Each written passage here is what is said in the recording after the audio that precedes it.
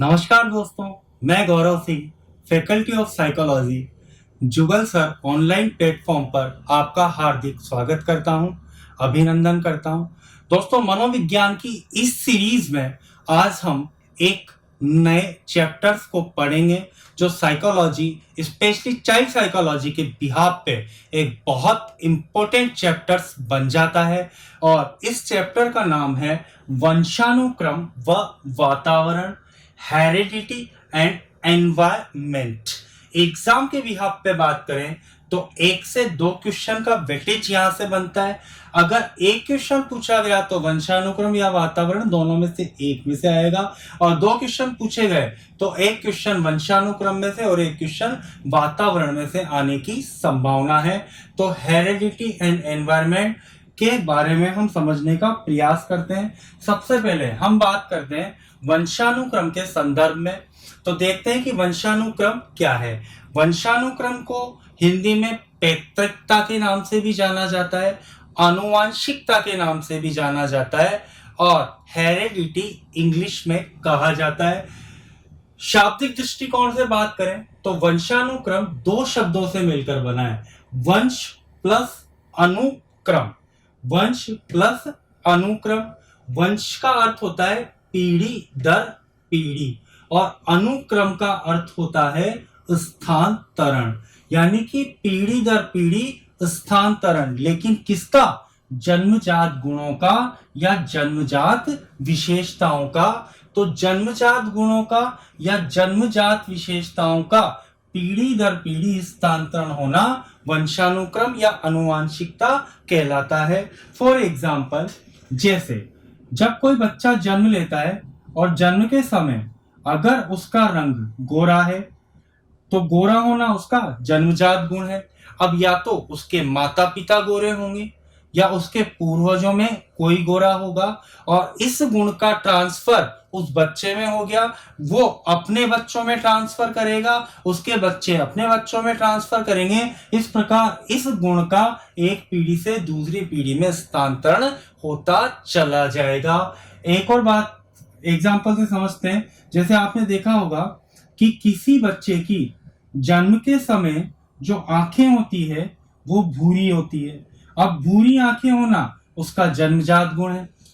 अब या तो उसके माता पिता की आंखें भूरी होगी या पूर्वजों में से किसी की आंखें भूरी होगी, और इस गुण का ट्रांसफर उस बच्चे में हो गया, वो बच्चा इस गुण को अपने बच्चों में ट्रांसफर करेगा। इस प्रकार पीढ़ी दर पीढ़ी इस गुण का ट्रांसफर या स्थानांतरण होता रहेगा। तो निश्चित रूप से आप समझ गए होंगे कि वंशानुक्रम क्या है। जन्मजात गुणों का पीढ़ी दर पीढ़ी क्रम में हस्तांतरण होना वंशानुक्रम कहलाता है। एक बार मैं इसे लिख देता हूं। आपने समझ लिया होगा कि जन्मजात गुणों का पीढ़ी दर पीढ़ी क्रम में हस्तांतरण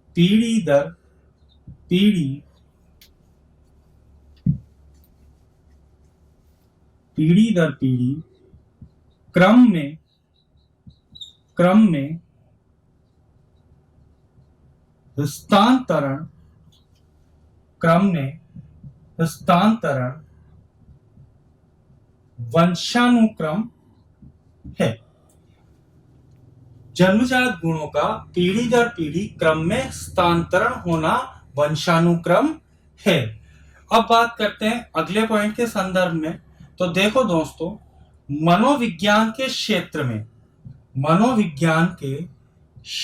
में वंशानुक्रम के प्रभाव का अध्ययन मनोविज्ञान के क्षेत्र में वंशानुक्रम के प्रभाव का अध्ययन मनोविज्ञान के क्षेत्र में वंशानुक्रम के प्रभाव का अध्ययन सबसे पहले किया था गाल्टन ने। याद रखना इसको, मनोविज्ञान के क्षेत्र में वंशानुक्रम के प्रभाव का सर्वप्रथम अध्ययन किया था गाल्टन ने।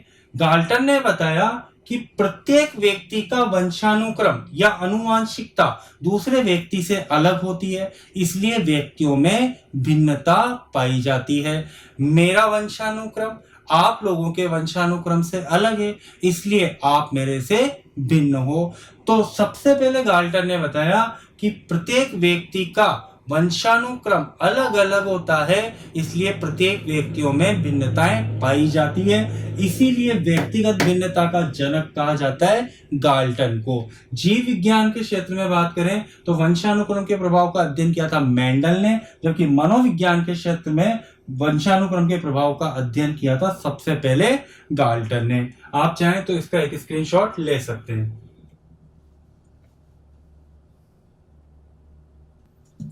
अब नेक्स्ट हेडिंग की बात करते हैं, वंशानुक्रम की प्रक्रिया।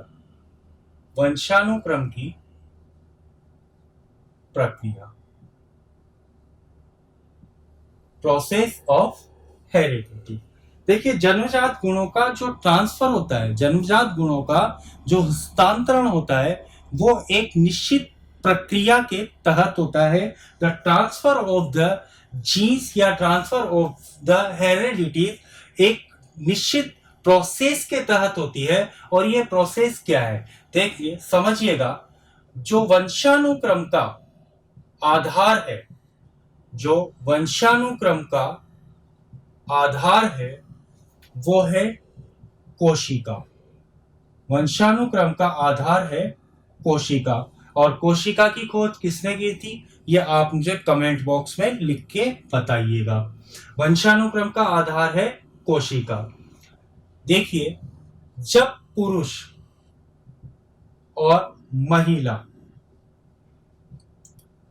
जब पुरुष के शुक्राणु और महिला के अंडाणु, इन दोनों के मध्य निषेचन की क्रिया होती है, तब शरीर की प्रथम कोशिका का निर्माण होता है। जब पुरुष के शुक्राणु और महिला के अंडाणु के मध्य निषेचन की क्रिया होती है, तो प्रथम कोशिका का निर्माण होता है और इसे कहा जाता है जाइगोट या संयुक्त कोश। जब, दोबारा समझिएगा, जब पुरुष के शुक्राणु और महिला के अंडाणु के मध्य निषेचन की क्रिया होती है, तो शरीर की प्रथम कोशिका का निर्माण होता है, जिसे कहा जाता है जाइगोट या संयुक्त कोश। अब मान लीजिए कि ये कोशिका की संरचना है, मान लीजिए ये कोशिका की संरचना है। तो ये जो कोशिका की जो ये सबसे बाहरी दीवार होती है, ये सबसे जो बाहरी दीवार होती है, इसे कहा जाता है झिल्ली। इसे कहा जाता है झिल्ली और मेम्ब्रेन इंग्लिश में बोलते हैं। और ये कोशिका की बाह्य आघातों से रक्षा करती है। कोशिका के अंदर एक विशेष प्रकार का तरल रासायनिक पदार्थ भरा होता है, जिसे कहा जाता है कोशिका द्रव्य, या इंग्लिश में आप और हम उसे जानते हैं साइटोप्लाज्मा के नाम से। और कोशिका का तीसरा और सबसे महत्वपूर्ण भाग होता है न्यूक्लियस, जिसे आप और हम जानते हैं केंद्रक के नाम से। और इस केंद्रक में छोटे छोटे पतलेदार रेशे के रूप में उपस्थित होते हैं गुणसूत्र। गुणसूत्र हमेशा जोड़ों में पाए जाते हैं। गुणसूत्रों के कितने जोड़े होते हैं, 23 जोड़े। और क्योंकि गुणसूत्र का कभी भी स्वतंत्र अस्तित्व नहीं होता, गुणसूत्र हमेशा जोड़ों में पाए जाएंगे, एक पुरुष का और एक महिला का। और इन गुणसूत्रों में छोटे छोटे पतले कणों के रूप में विद्यमान होते हैं जीन्स। और ये जीन्स ही हैं जिनके कारण माता पिता की विशेषताओं या गुणों का हस्तांतरण संतान में होता है। तो सीधी बात है कि जन्मजात गुणों को एक पीढ़ी से दूसरी पीढ़ी में ट्रांसफर करने का कार्य किसके द्वारा किया जाता है, जीन्स के द्वारा किया जाता है। थोड़ा सा बायोलॉजिकल टर्मिनोलॉजी है, एक बार मैं आपको और समझाता हूं कि जब पुरुष के शुक्राणु और महिला के अंडाणु, इन दोनों के मध्य निषेचन की क्रिया होती है, तो शरीर की प्रथम कोशिका का निर्माण होता है, जिसे कहा जाता है जाइगोट या संयुक्त कोश। और कोशिका की ये संरचना है, तो जो कोशिका की सबसे बाहरी दीवार है, यह कहलाती है झिल्ली। कोशिका के अंदर एक विशेष प्रकार का तरल रासायनिक पदार्थ भरा होता है, जिसे कहा जाता है कोशिका द्रव्य, लेकिन ये बायोलॉजिकल टर्म्स है, अपने को इससे कोई लेना देना नहीं है, अपन सिर्फ इसको समझेंगे। कोशिका का जो सबसे महत्वपूर्ण भाग होता है वो कहलाता है केंद्रक, वो कहलाता है केंद्रक या न्यूक्लियस। और इस केंद्रक में कोशिका का तीसरा और सबसे महत्वपूर्ण भाग होता है केंद्रक, और इस केंद्रक में छोटे छोटे पतलेदार रेशे के रूप में उपस्थित होते हैं गुणसूत्र। गुणसूत्र हमेशा जोड़ों में पाए जाते हैं, गुणसूत्रों के 23 जोड़े होते हैं, और इन गुणसूत्रों में छोटे छोटे पतले कणों के रूप में विद्यमान होते हैं जीन्स, और ये जीन्स ही हैं जिनके कारण माता पिता की विशेषताओं का हस्तांतरण संतान में होता है। तो एक पीढ़ी से दूसरी पीढ़ी में गुणों को ट्रांसफर करने का कार्य जीन्स के द्वारा किया जाता है। तो आपसे यहां से डायरेक्ट सीधा क्वेश्चन पूछेगा कि वंशानुक्रम के वाहक या निर्धारक तत्व, वंशानुक्रम के वाहक या निर्धारक तत्व कौन से हैं। सीधा क्वेश्चन यहां से पॉसिबिलिटीज यही है कि यही पूछेगा कि वंशानुक्रम के वाहक या निर्धारक तत्व कौन से हैं। तो हमारा आंसर होगा जीन्स, यानी कि एक पीढ़ी से दूसरी पीढ़ी में जन्मजात गुणों को ट्रांसफर करने का कार्य किसके द्वारा किया जाता है, जीन्स के द्वारा किया जाता है। जैसे हम पीढ़ी के लिए एक शब्द यूज करते हैं इंग्लिश में जनरेशन, और जो जनरेशन शब्द है वो जेनेटिक से बना है, और जो जेनेटिक शब्द है उसकी उत्पत्ति जीन से हुई है। तो यहां से ये बेहद इंपॉर्टेंट क्वेश्चन बनता है कि वंशानुगत गुणों के वाहक, जन्मजात गुणों के वाहक या करियर या एक पीढ़ी से दूसरी पीढ़ी में ले जाने का कार्य किसके द्वारा किया जाता है, जीन्स के द्वारा किया जाता है। वंशानुक्रम के वाहक या निर्धारक तत्व जीन्स कहलाते हैं। आप इसका एक स्क्रीनशॉट ले सकते हैं। और जैसा मैंने आपसे पूछा था कि कोशिका की खोज किसने की थी, आप मुझे कमेंट्स बॉक्स में लिखकर बताइए।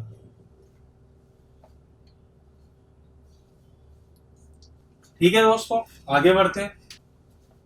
अब बात करते हैं लिंग निर्धारण। लिंग निर्धारण यानी कि आने वाली संतति लड़का होगी या लड़की होगी, यानी कि आने वाली संतान का जो लिंग है, जो जेंडर है, वो लड़का होगा या लड़की होगी, इसका निर्धारण कैसे होता है समझना।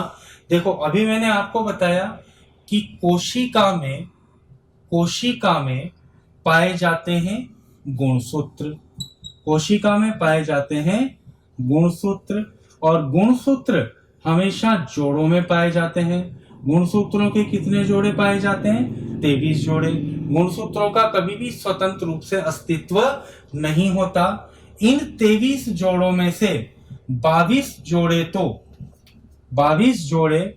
स्त्री व पुरुष दोनों में समान होते हैं।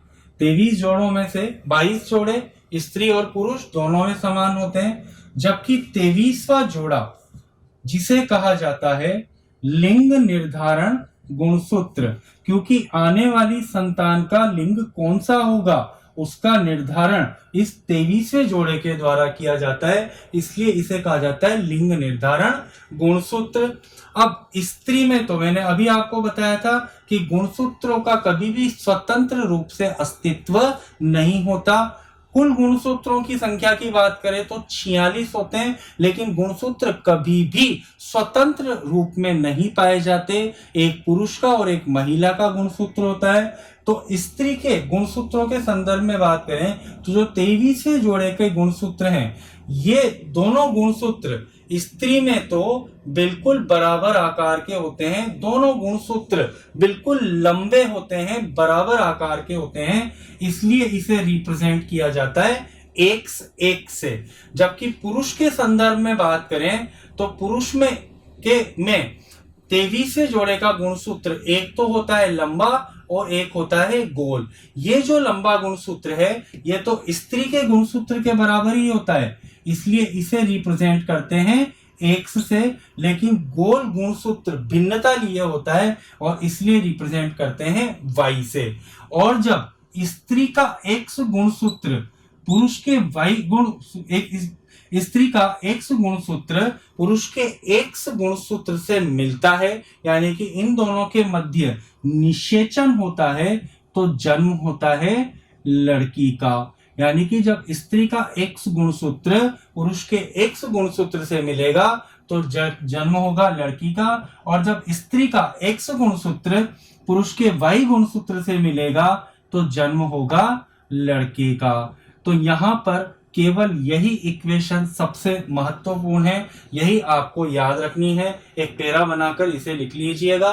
दोबारा समझा देता हूं। कोशिका में गुणसूत्रों के 23 जोड़े, 22 जोड़े स्त्री और पुरुष, इन दोनों में समान, जबकि 23वां जोड़ा जिसे कहा जाता है लिंग निर्धारण गुणसूत्र, ये भिन्न होता है। स्त्री में रिप्रेजेंट करते हैं एक्स एक्स से, पुरुष में रिप्रेजेंट करते हैं एक्स वाई से। स्त्री का एक्स जब पुरुष के एक्स से मिलेगा तो लड़की का जन्म होगा, और जब स्त्री का एक्स पुरुष के वाई गुणसूत्र से मिलेगा तो लड़के का जन्म होगा। हमारे भारत में जनरली ये परंपरा देखने को मिलती है कि जब भी ज्यादा लड़कियां पैदा हो जाती है, हालांकि लड़कियां आज की तारीख में बहुत प्रोग्रेस कर रही हैं, चांद पर जाने वाली लड़कियां हैं, लड़के तो बेचारे कुमानपुरा चौराहे तक भी नहीं जा पाते और चांद तक लड़कियां ही पहुंची है, लेकिन फिर भी बैकवर्ड्स जो एरियाज हैं वहां पर लड़कों को अधिक महत्व दे दिया जाता है। और जब ज्यादा लड़कियां पैदा हो जाती है तो एक सासू नाम की प्रजाति भारत में पाई जाती है, और वो उसका जन्मसिद्ध अधिकार है अपनी बहू को परेशान करना, वो उसे लेके रहती है क्योंकि उसने तिलक को बहुत फॉलो किया है, और वो उसे लेती रहती है और बहू को परेशान करती है, तुम्हारे तो लड़कियां ही लड़कियां होती है, लड़कियां ही लड़कियां होती है, लड़कियां ही लड़कियां होती है, तुम्हारे लड़के से बोलो, क्योंकि अगर लड़कियां ही लड़कियां पैदा हो रही है ना तो जिम्मेदार किसका गुणसूत्र है? पुरुष का गुणसूत्र है, स्त्री का कोई दोष नहीं होता। अब देखिए, आने वाली संतान में जिसका गुणसूत्र ज्यादा शक्तिशाली होगा उसी से संबंधित गुण संतान में अधिक मात्रा में पाए जाएंगे। मान लो लड़का पैदा हुआ, लड़का पैदा कब होगा? जब एक्स वाई से मिलेगा तब लड़के का जन्म होगा। अब एक्स गुणसूत्र तो स्त्री का यानी कि माता का, और वाई गुणसूत्र पुरुष का यानी कि पिता का। अब इनमें से जिसका गुणसूत्र ज्यादा शक्तिशाली होगा उसी से संबंधित गुण संतान में अधिक मात्रा में पाए जाएंगे। अगर माँ का गुणसूत्र पिता के गुणसूत्र से ज्यादा शक्तिशाली हुआ तो माँ या मात्र पक्ष से संबंधित गुण संतान में अधिक मात्रा में होंगे, और पिता का गुण अगर ज्यादा शक्तिशाली हुआ माता के गुणसूत्र से तो पितृ पक्ष से संबंधित गुण संतान में अधिक मात्रा में पाए जाएंगे। जैसा कि हम जनरल जीवन में स्टेटमेंट देते रहते हैं कि ये तो बिल्कुल इसकी माँ पर गया है, ये तो इसके पापा पर गया है, ये तो इसके दादा पर गया है, नाना पर गया है। अगर मान लो माँ पर गया है तो निश्चित रूप से माँ का गुणसूत्र पिता के गुणसूत्र से ज्यादा शक्तिशाली है। तो जिसका गुणसूत्र ज्यादा शक्तिशाली होगा उसी से संबंधित गुण संतान में अधिक मात्रा में पाए जाएंगे। एग्जाम के बिहाफ पे बात करें तो केवल ये इक्वेशन से आपको याद रखनी है, x प्लस एक्स बराबर लड़की का जन्म, x प्लस वाई बराबर लड़के का जन्म। केवल आप इसका स्क्रीनशॉट ले सकते हैं। तो दोस्तों, आज हमने वंशानुक्रम के संदर्भ में पढ़ा कि वंशानुक्रम क्या होता है, प्रोसेस ऑफ हेरिडिटी, वंशानुक्रम की प्रक्रिया कैसे निर्धारित होती है, और आने वाली संतान का लिंग किस तरीके से निर्धारित होता है। और हम आगे की क्लास में इसको कंटिन्यूस करेंगे, जहां पर हम वंशानुक्रम के नियमों की बात करेंगे, वंशानुक्रम की उपयोगिता की बात करेंगे। तो आप बने रहिएगा, कल की क्लास में इसको कंटिन्यूस करते हैं। और अगर आपको ये वीडियो अच्छा लगा तो प्लीज इसे लाइक करें, इस पर कमेंट्स करें, सब्सक्राइब करें, ताकि अधिक से अधिक स्टूडेंट्स इसका लाभ ले सकें। धन्यवाद। जय श्री कृष्ण।